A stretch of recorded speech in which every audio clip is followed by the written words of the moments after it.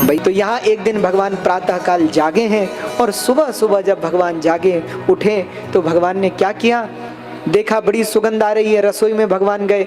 तो रसोई में जो गए तो मैया ने कहा लाला अंदर नहीं आना, अभी तूने स्नान नहीं किया, मेरी रसोई में मत आना। ठाकुर जी खड़े हो गए, मैया क्या बना रही हो? 56 भोग बना रही हूँ। मैया किसके लिए? मेरे लिए? नहीं नहीं, भगवान के लिए, भगवान की पूजा की। तो ठाकुर जी ने कहा भगवान तो हम ही हैं। तो भैया कौन सा भगवान, किस भगवान के लिए बना रही हो?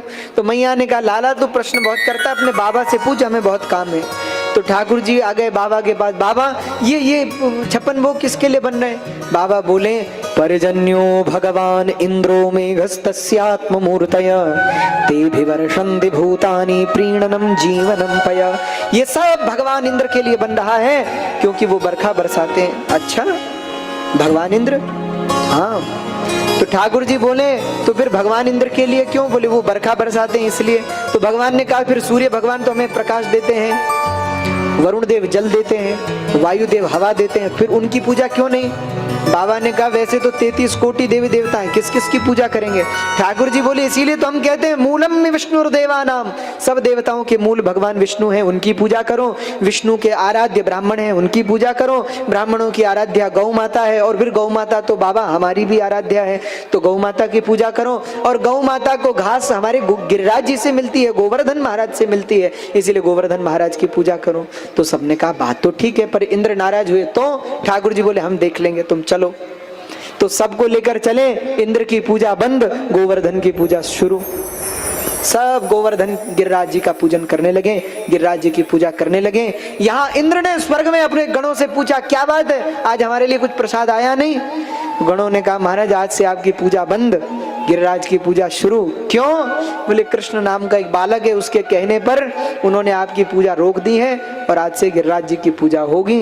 इंद्र क्रोधित हुए और क्रुद्ध होकर कहा गणम सावर्तकम नाम मेघानाम चांदकारिणाम इंद्रो प्राचोदयत क्रुद्धो वाक्यम चाहे शमान्युत। जाओ डुबा दो वृंदावन को। भयंकर बरखा बरसने लगी, ब्रजमंडल में त्राही त्राही हो गई। सब बाल बाल दौड़े, कृष्ण कृष्ण महाबाहो त्वन्नाथम गोकुलम प्रभो, हे प्रभु हे गोविंद हमारी रक्षा करो।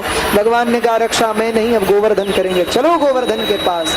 यहाँ सब पहुंचे गिरिराज की शरण में और भगवान ने कहा सब हाथ लगा लो। सबने गिरिराज पर हाथ लगा लिया और भगवान ने समस्त गिरिराज को उठा लिया, अपनी कनिष्ठिका पर धारण कर लिया। सबने जय जयकार कर दी, बोले गिरिराज धारण भगवान की जय। सबने जय जयकार कर दी, सब जय जयकार कर रहे हैं। ठाकुर जी ने गिरिराज को उठाया हुआ है, बोले गोवर्धन महाराज की जय। तो भगवान ने गोवर्धन जी को धारण किया।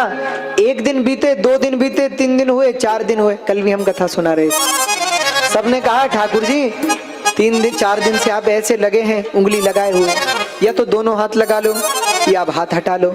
ठाकुर जी बोले क्यों? महाराज एक उंगली से क्या होगा, और फिर आपके हाथ में भी दर्द हो रहा होगा, आप हटा लो। भगवान ने कहा भाई हम हाथ हटा लेंगे तो इसे कौन उठाएगा? ब्रजवासी बोले आपने थोड़े उठाया, हमने उठा रखा है।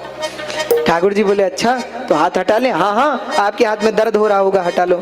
तो ठाकुर जी ने हाथ को जो उंगली को थोड़ा नीचे किया, सब लाठियां टूट गई। सब चिल्लाए प्रभु प्रभु बचाइए बचाइए बचाइए। भगवान ने फिर संभाल लिया। अब तो ठाकुर जी तिरछी नजर करके मधुमंगल की ओर देखकर बोले क्या करें, हाथ हटा लें? मधुमंगल बोले नहीं महाराज हाथ मत हटाना। ठाकुर जी बोले हमारे हाथ में दर्द हो रहा है, हटा ले। मधुमंगल बोले महाराज दर्द होगा तो दबा देंगे लेकिन हटाना मत, तो सब मर जाएंगे।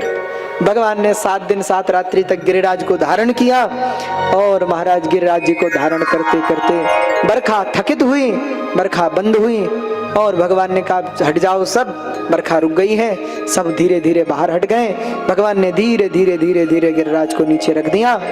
यहाँ इंद्र देखने को आए कि जरा देखें वृंदावन डूबा कि नहीं, पर यहाँ देखा तो यहाँ तो धूल उड़ रही है। तो देवराज समझ गए करतुम अकर्तुम मन्यथा करतुम समर्था परमेश्वरा, जो सब करने में समर्थ है वही परमात्मा है। अब भगवान की भगवत्ता का ज्ञान हुआ तो इंद्र आए, अपना मुकुट चरणों में रख दिया, क्षमा मांगी और भगवान की स्तुति की। भगवान ने भी इंद्र को क्षमा कर दिया। अच्छा, इस इंद्र ने इतना बड़ा पाप किया, ब्रजवासियों को मारने का प्रयास किया, तो भी भगवान ने इसे क्षमा किया। क्यों? बोले भैया चलो जैसे भी, पर इसके कारण हम और हमारे भक्त 7 दिन 7 रात्रि एक साथ रहे, तो इसने हमको हमारे भक्तों से जोड़ा, इसलिए इंद्र पर प्रसन्न हुए, इंद्र को भेजा। अच्छा, यहां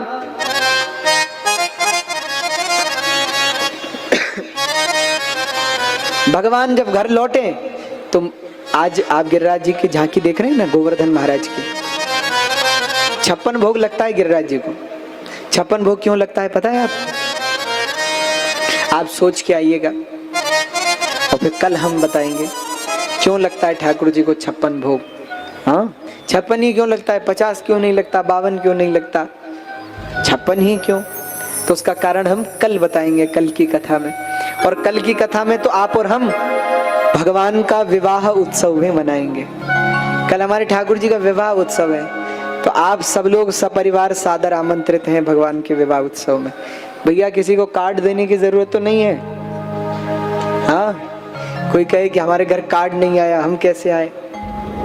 कल भगवान का विवाह होगा रुक्मिणी जी से, कल हम महाराज की कथा सुनेंगे, भगवान का विवाह होगा और धूमधाम से भगवान की बारात निकालेंगे हम।